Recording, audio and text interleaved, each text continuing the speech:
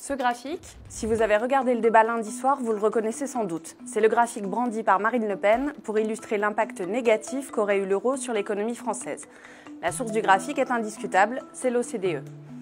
Pour faire sa démonstration, Marine Le Pen a choisi 2001 comme année de base, c'est-à-dire comme année de référence du graphique. Alors ici, on compare la production industrielle de 4 pays, l'Allemagne, la France, l'Espagne et l'Italie, par rapport à une année choisie, ici 2001. Quand on fait un graphique comme celui-ci, un graphique en base 100, on ne manipule pas un chiffre brut. On compare plusieurs données, les unes par rapport aux autres, en les mettant en perspective. Une base 100, c'est un peu comme un point zéro autour duquel vont graviter les chiffres. Et si vous choisissez une autre date comme point de départ, l'allure de votre graphique va être totalement différente, puisque les chiffres vont s'organiser autour d'un autre point de référence.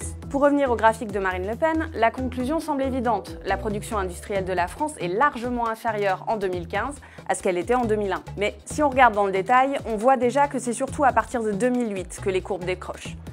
Alors retournons à la source et reprenons les données de l'OCDE. L'OCDE, lui, choisit 2010 comme année de base, et pas 2001.